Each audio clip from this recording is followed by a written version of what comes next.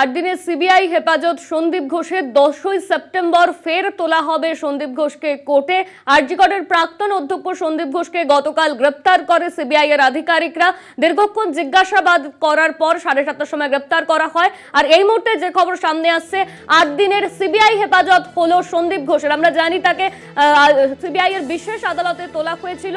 8 দিনের সিবিআই হেফাজতের নির্দেশ দেওয়া হয়েছে কোর্টের তরফে। 10ই সেপ্টেম্বর ফের আদালতে পেশ করা হবে সন্দীপ ঘোষকে। আরজি করের প্রাক্তন অধ্যক্ষ সন্দীপ ঘোষ, তাকে গ্রেপ্তার করা হয়েছিল গতকাল। এই নিয়ে আমরা কথা বলবো। আমাদের সঙ্গে রয়েছেন আমাদের প্রতিনিধি রিয়া মাঝি। রিয়া, ইতিমধ্যেই আমরা যে খবর দেখেছি যে সন্দীপ ঘোষকে তাকে কোর্টে তোলা হয়েছিল, আর 8 দিনের সিবিআই হেফাজত হয়েছে সন্দীপ ঘোষের। এই মুহূর্তে কি খবর রয়েছে তোমার কাছে? দেখো, ইতিমধ্যেই সন্দীপ ঘোষ তার 10 তারিখে প্রোডাকশন রয়েছে সন্দীপ ঘোষের। 10/9 প্রোডাকশন রয়েছে সন্দীপ ঘোষ সহ তারপরে। পাশাপাশি তোমাকে জানিয়ে রাখবো যে সন্দীপ ঘোষকে একদম কড়া নিরাপত্তার মধ্যে সিবিআই আধিকারিকরা তারা আলিপুর কোর্টে নিয়ে যাওয়া হয় এবং সেখানে যখন গাড়ি থেকে নেমে তাকে কোর্টে পেশ করার জন্য নিয়ে যাওয়া হচ্ছিল, সেই সময় কিন্তু চরম বিক্ষোভের মুখে পড়ে সন্দীপ ঘোষ। কারণ লয়ার এবং যারা বাইরে যারা ছিল তারা প্রত্যেকেই কিন্তু সন্দীপ ঘোষকে দেখে স্লোগান দিতে থাকে এবং রীতিমতো চোর স্লোগান, তাকে দেখে মারতেও যায় ক্ষিপ্ত জনতা এবং লয়াররা।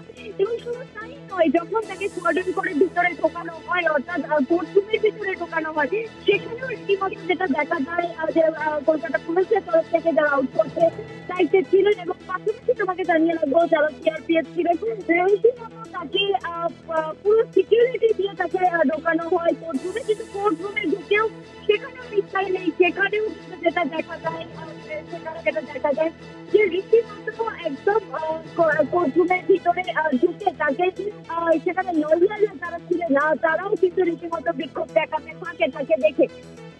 হাত দেখো।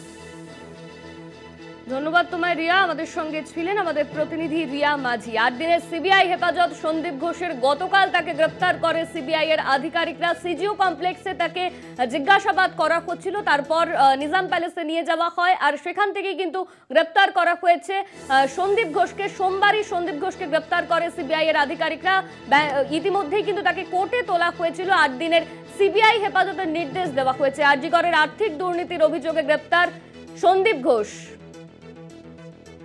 8 দিনের সিবিআই হেফাজত সন্দীপ ঘোষের। আরজি করের প্রাক্তন অধ্যক্ষ, তাকে গ্রেপ্তার করা হয়েছে গতকাল। 8 দিনের সিবিআই হেফাজতের নির্দেশ দেওয়া হয়েছে। 10ই সেপ্টেম্বর ফের আদালতে পেশ করা হবে সন্দীপ ঘোষকে। আর্থিক দুর্নীতিতে গ্রেপ্তার করা হয়েছে সন্দীপ ঘোষকে।